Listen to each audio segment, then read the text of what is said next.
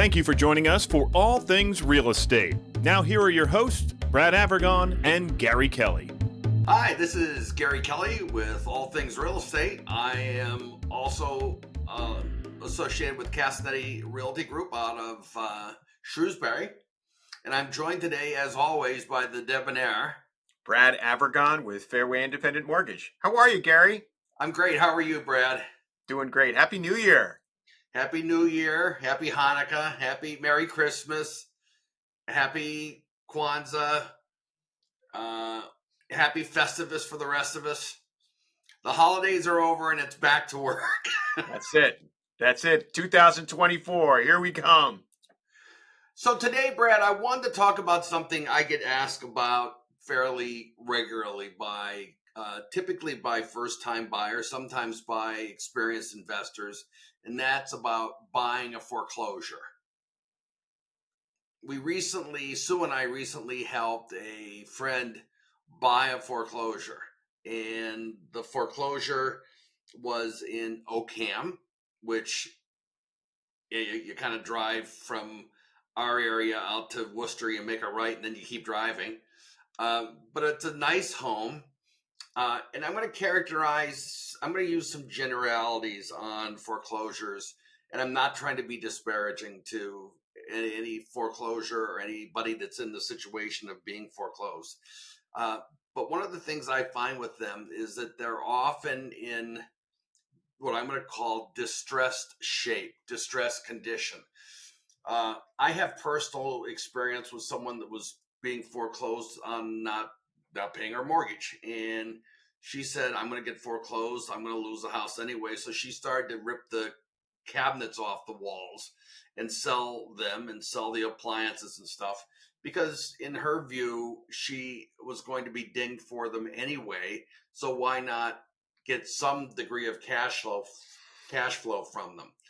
Now, I share that not because that was what she did, but more from the standpoint that you end up with a house that has no cabinets, it has holes in the walls and all. And I find that to be kind of typical when it comes to a foreclosure. Yeah, I think that with a foreclosure, clearly something went wrong with the plan, right? They had a plan when they bought the house. They didn't have the plan. Hey, let's buy the house and go into foreclosure, because foreclosures,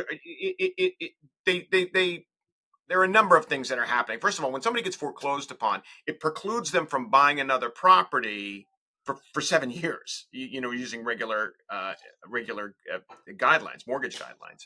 So, that's not something that somebody takes lightly. The second thing is, when they bought the home, typically they put some sort of down payment down. They put some sort of equity into the property, and hopefully they get some sort of appreciation.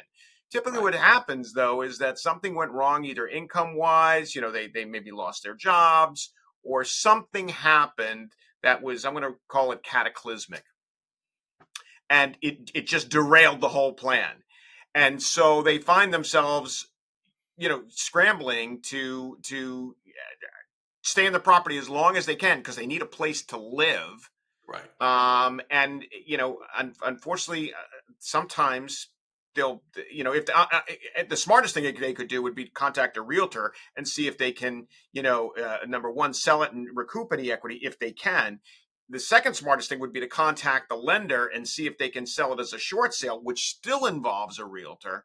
Whoa, But whoa, a whoa, whoa, lot of whoa. times what happens, Brad, huh? help define a short sale for our viewers and listeners. I'm sorry, am I speaking in banker's jargon? Yeah, So all of a sudden your propeller came out. It was spinning up there. So a short sale is where the the current owner wants to sell a property, but they owe more than the property's worth. And so what they do is they approach the lender and say, we've had a cataclysmic event, maybe death in the family, sickness, job loss, whatever the case may be, and we can't afford this house. But rather than just stop paying you, we want to work with you. Will you allow us to sell this house for less than we owe on the property. And by the way, here's our financial statements documenting that we're not just talking and saying this. We can Right. document that these bad things happened. And the bank will try to work with you because they don't want to go through a foreclosure, and I'll explain that in a minute why. But um, they would much rather work with you, try to work on the short sale with you, and get the property sold. And at that point, once they say yes, we'll work with you, the seller can approach a realtor like yourself and Sue and say, "We'd like to list this property. It will be a short sale, but we'll make the house as beautiful as we can. We'll keep it as beautiful as we can. We'll keep it in good shape so that the house can sell. Right? It's attractive. It's an attractive home." What happens in foreclosures oftentimes is the seller will kind of have this cataclysmic event and bury their head in the sand and say, we let's stop paying the mortgage, because that's what happens. They stop paying the mortgage payment, and maybe sometimes it's by necessity. So they have to have medical bills or whatever the case may be. And the bank begins a process. Usually they'll reach out to the seller. It's nothing that catches the seller by surprise. They'll reach out to the sellers numerous times and try to say, "Hey, what's going on? What, we noticed you haven't paid us in 30, 60, 90 days." But after 90 days, they understand that there's something major. And they'll start a process, a legal process of using the mortgage to claim the property and basically foreclose on it, take control and ownership of that property, so it can be resold to somebody else. And And there's a when and timeline. where in that process does it pop onto Zillow as a pre-foreclosure?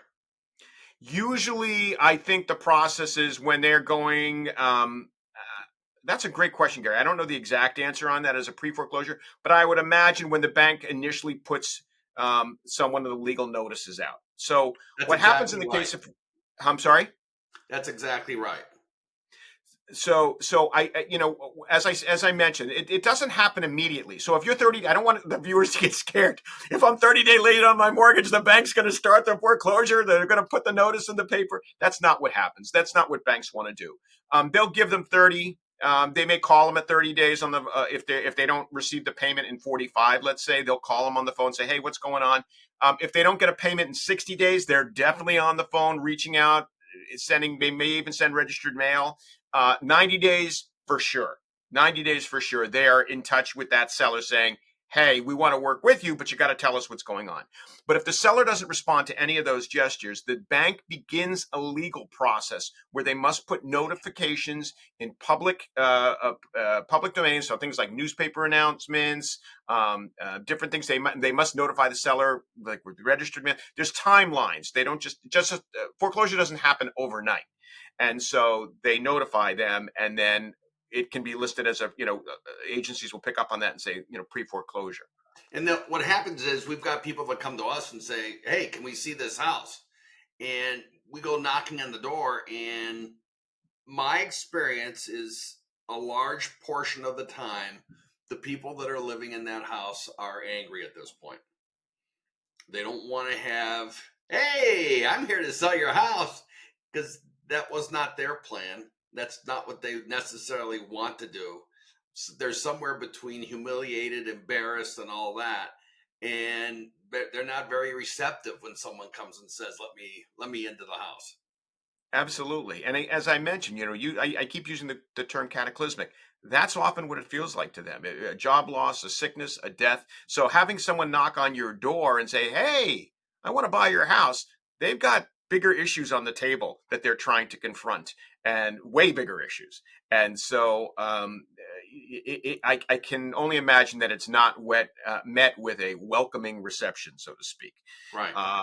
And so that's why, the case of foreclosure, you kind of have to. There's a lot of things that are changing, for them and for sometimes the property. They if they don't have the funds to pay the mortgage, one can only imagine they don't have the funds to maintain the property. And there's all sorts of things. Utilities could be shut off. All sorts of things could happen. That's exactly right. And I touched on it earlier when my friend was pulling cabinets off and selling them on Facebook Marketplace. Um, People get angry at the building. And, frankly, the building did nothing wrong. Someone had a situation that got out of their grasp, and it's not the building's fault, but you'll see people punch holes in walls. You see people take a hammer and put a hole between every stud on a wall, and they're trying to make it miserable for the next buyer. Um, Well, Perhaps so miserable that no one will come buy the house. Well, the Well, truth not only is, that, Gary, but there's an additional thing, which is a lot of times those people that are going into foreclosure, they're grasping at whatever financial straws they can. And what a lot of viewers and listeners may not know is that inside those walls, there's gold, right? There is not technically gold, but there's copper. And right, copper is very, very valuable. So especially on the older homes that they did, now they use a lot of PVC in plumbing, but in the old days they used copper piping. There's copper in wiring, and so they could take that and sell it for the scrap. If they rip it out of the walls and sell it for scrap, they can get some money. It may be not be a lot, but it's some money. And sometimes they're desperate and they will do that. yeah, no question about it. I see, people, trying to make the house less desirable for someone to buy it. And the truth is, often you get a contractor that'll come in and, holes in walls, they don't care. They can go grab some joint compound and throw it up, and those holes kind of go away pretty quickly. Um, the foreclosure that we had in Oakham had some of that. You could see that there were some notes that were written to the next buyer, kind of, stay away from our property kind of stuff written into the walls. Um, but the systems of the house, plumbing, heating, all that stuff still worked, which was, I'm going to say, surprising at one level, but good at another level, because it was less that our buyers had to do to kind of get the house back up and running again, so to speak. Gary, on that particular home, did the buyers were they able to obtain conventional financing, or did they have to take either, or were they contractors and were going to like pay cash for the property, or did they take some sort of renovation loan?